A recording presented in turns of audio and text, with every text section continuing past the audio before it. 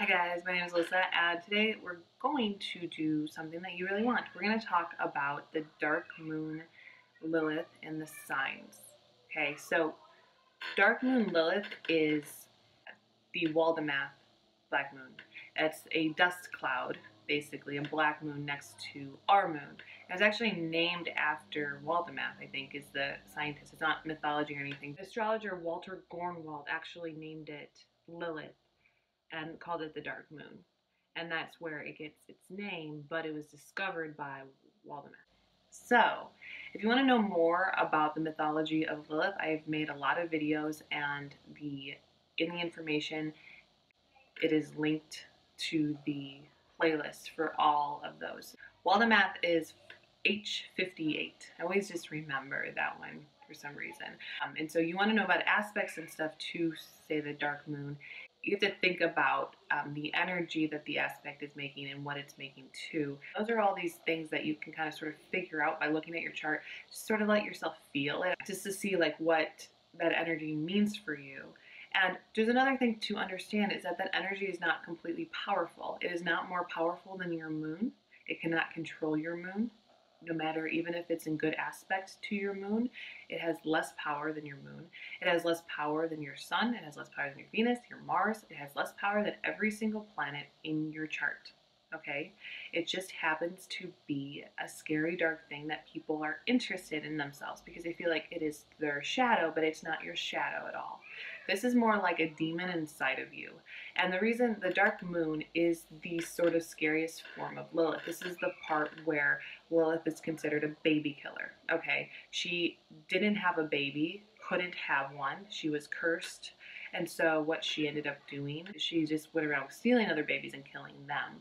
So she couldn't kill or have any babies, so she had to kill everybody else's babies and, fight for the killing of other people's babies. Make sure that people have the rights to kill their babies. Like, these are kind of things that dark moon Lilith fights for.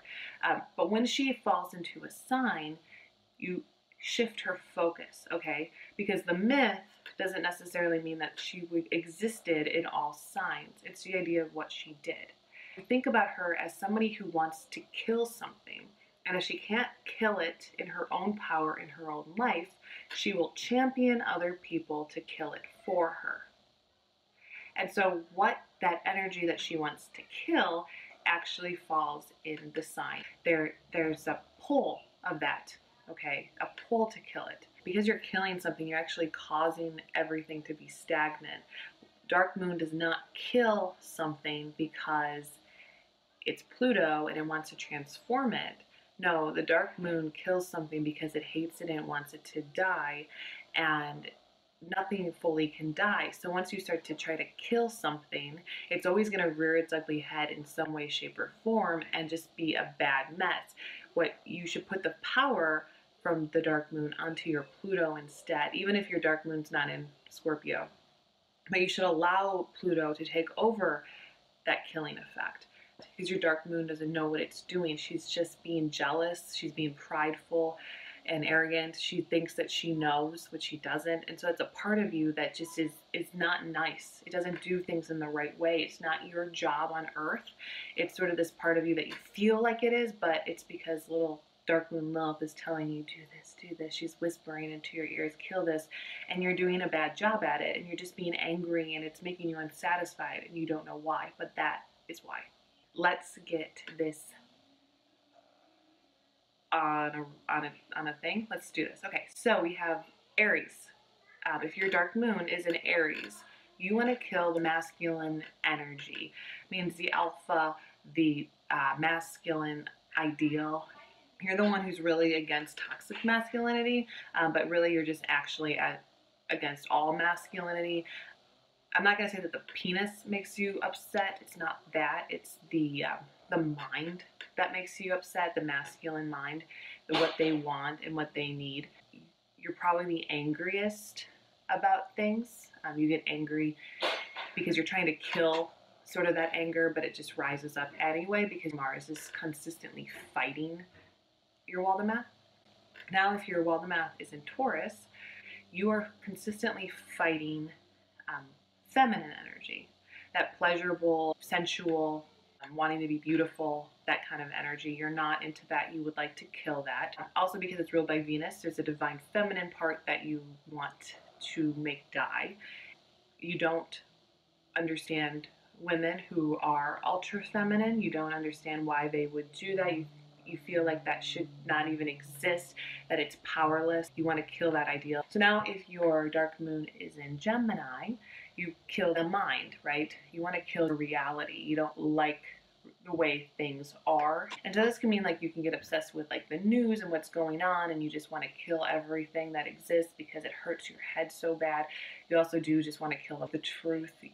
Now if your dark moon is in Cancer, you kind of want to kill the mother and the four energy of the root. You want to kill everybody who likes family and mother. You're kind of after the family.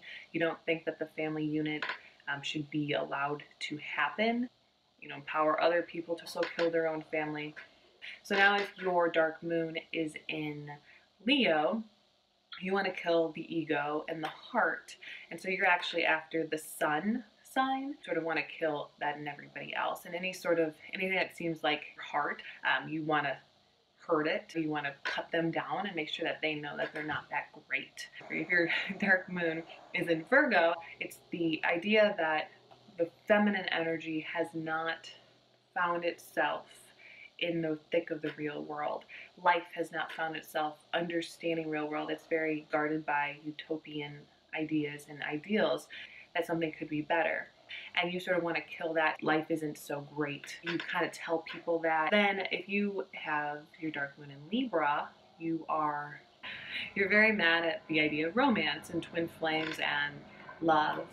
So you kill that idea, that destiny, that fate, that romantic notion that there's someone for everyone, or there's something for everyone that can, complete them.